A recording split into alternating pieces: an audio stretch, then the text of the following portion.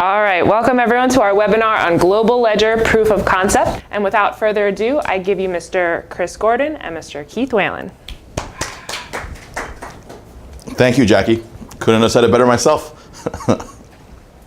Welcome everyone for this webinar that I think will be a fairly brief, but obviously we welcome any questions.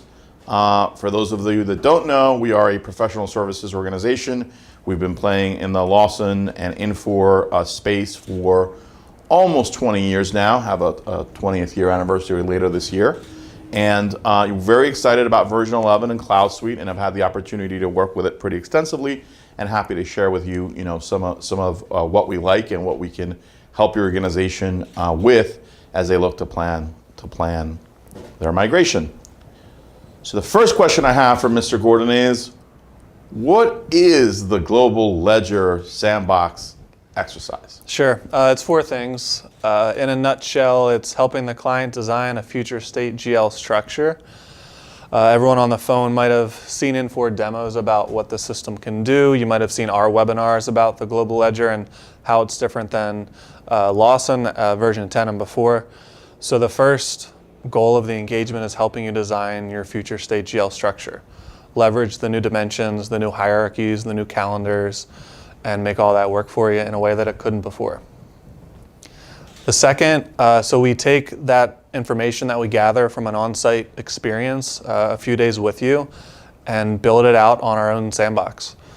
We have an internal RPI Sandbox that we'll configure for you with the signed off design from our session to show you what your future state GL would look like. And then we'll grab data from your existing version 10 system, convert it into your FSM system so you have some data to look at. It's always super helpful to have data for reports and for inquiries, and if you want to do allocations or whatever in your system to make it look more realistic. And then fourth, we give you the keys to the sandbox.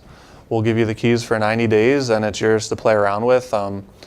We will, at this point, already have trained them on how the FSM system works, and then we kind of let you play for 90 days.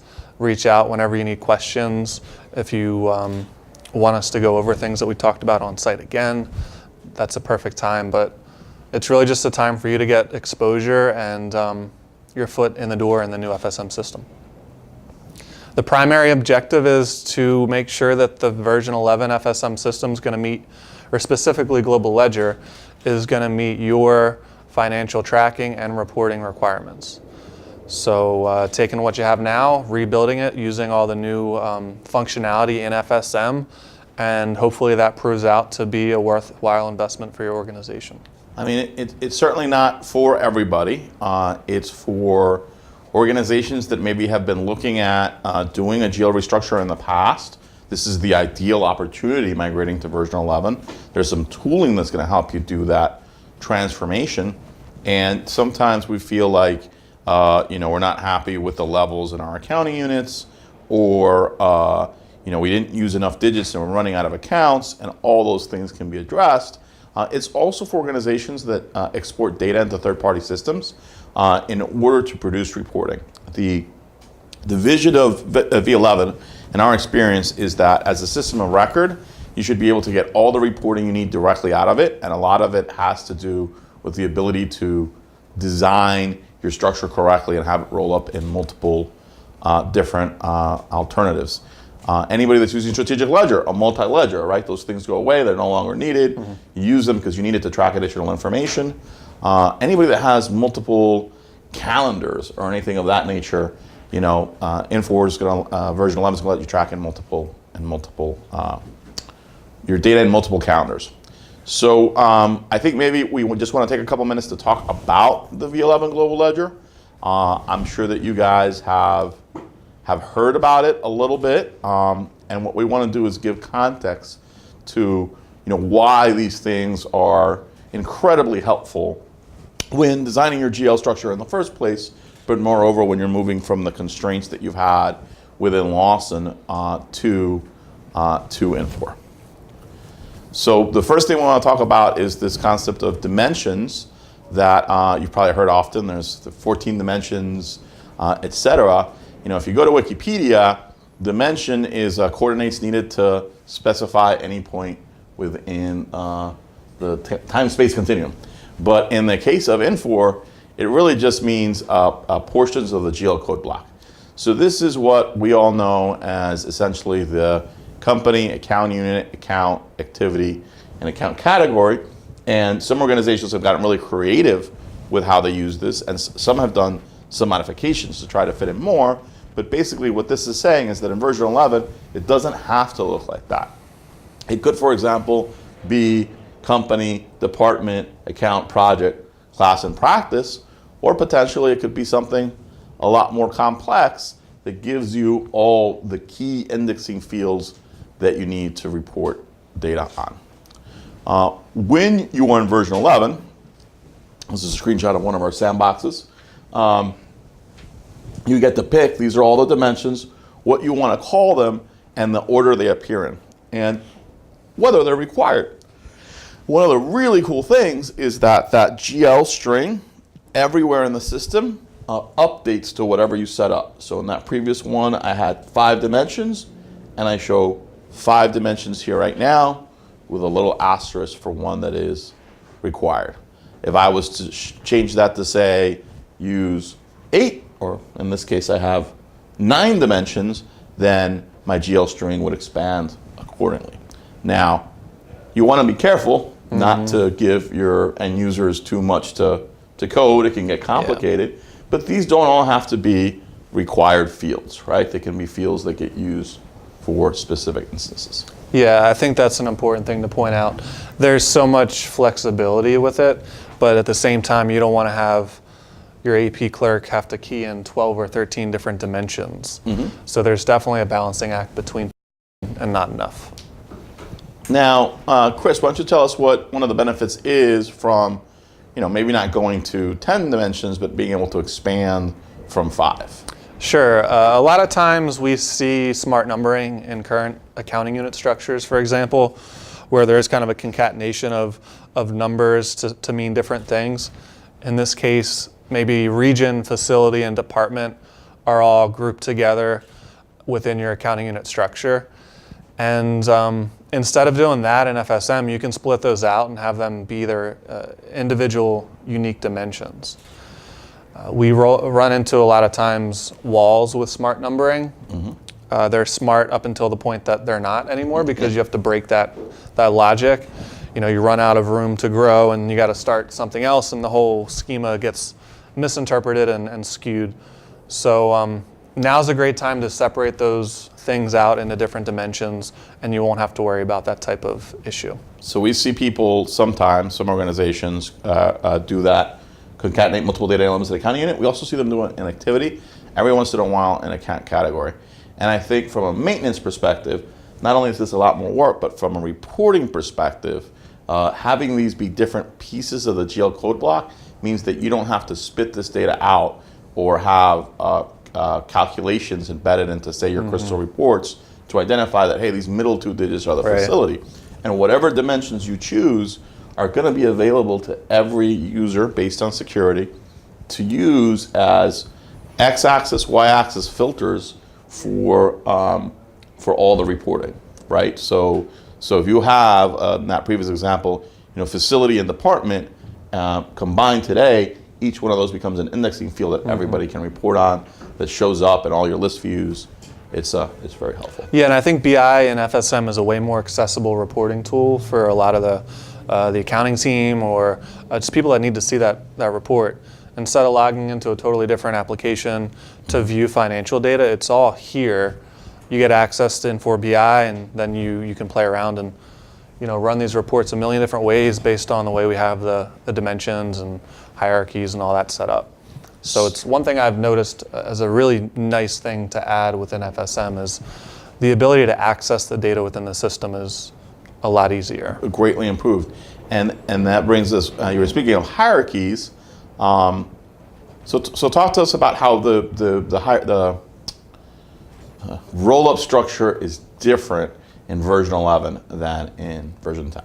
Yeah, the roll-up structure is way different in the sense that In version 10 and before, whether it's at your GL20 level or your AC10 level, the lowest level of that always had to be a posting level. That's not true anymore. So you could have under one summary account or accounting unit, you could have 3 levels down be the posting, and another summary it could be 1 level down. There doesn't need to be that standardization across the 1 level. It's extremely flexible and allows you to not have to put in just placeholders to get you down to that last posting level, which is super helpful in setting up your structures.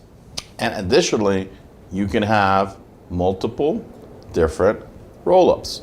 So you can essentially build an infinite amount of rollups, and all those rollups are part of your core configuration. They're available to everyone in your organization with security access to report on. Those rollups don't have to be all-inclusive. So if you are a healthcare system with facilities throughout the country and you just want to report on physician practices, you don't have to take that data out and put it into some party system to do it. You just build your physician practice rollup one time, and it'll always be there, and you can update it, and everybody can report on it. So these are some of the high-level things that make it a really great financial system.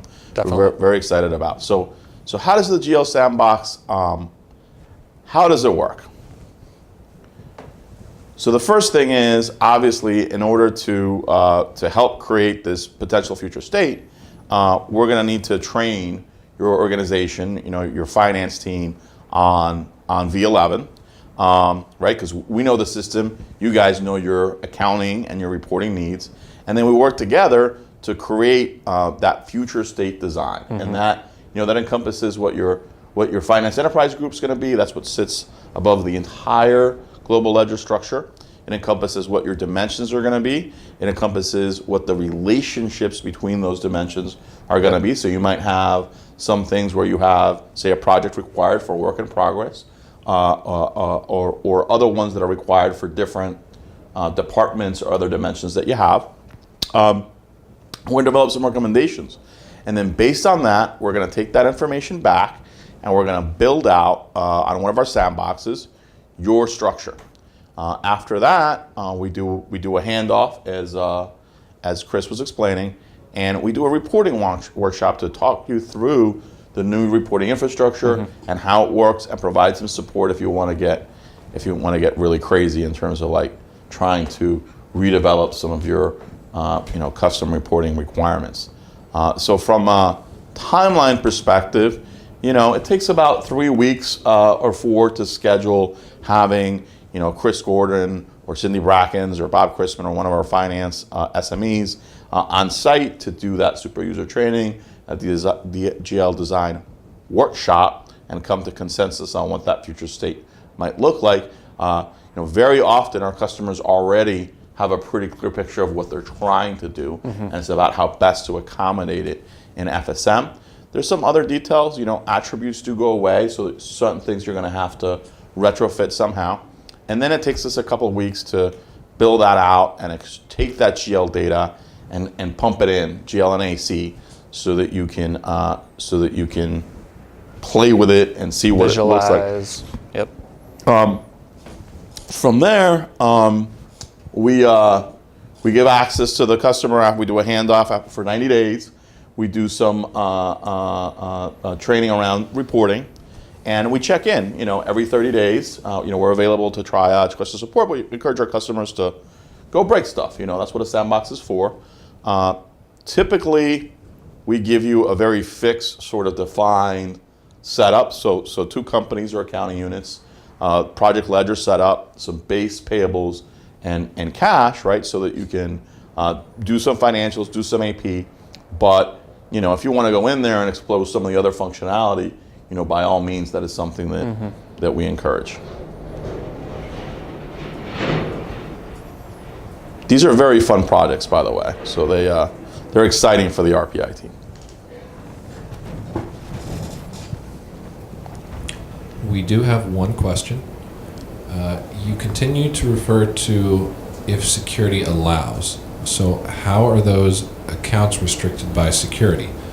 For instance, is it done by actor contexts? Am I correct in assuming if an actor doesn't have the proper actor context, then they may not see a portion of the GL structure?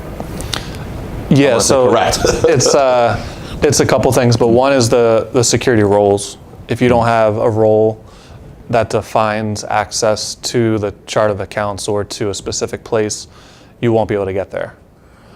I think we were also mentioning there's the ability to restrict accounts and dimensions from playing with each other. So that was something else where you can say, okay, you know, we have project A and it's only supposed to hit these 10 expense accounts. We can set up that type of relationship too. So security from like different kind of So there is very similar to also security. There's data element security, which applies to the user. So they'll only be able to see a subset of data, right? I don't know that I've often seen that at the account level, but I don't see why that couldn't happen. More commonly, it'll be the company, or what they now often refer to as the accounting entity. But additionally, you can define and control the relationship so that GL 20.2, where you say this is valid, Right. It doesn't exist in the same way, but you do define, you know, when and where certain accounts can be used and dimensions.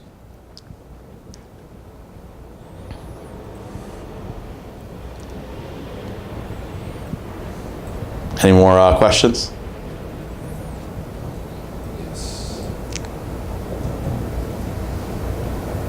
Then we've got one more.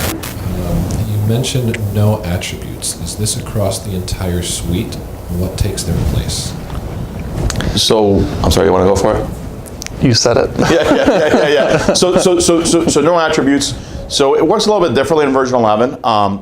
You can create what we'll call user fields, for lack of a better term, anywhere in the system, right? So you can add things that are like attributes if you want to. Right. And for certain things, you might use a dimension. Like if you were using attributes for, like, say, physician practices, you can just have a physician practice dimension. That would probably be the more common approach in healthcare. So it depends on what you're using them for. But you don't customize version 11, but you build on top of it, right? So you don't need to have these predefined things. You add them.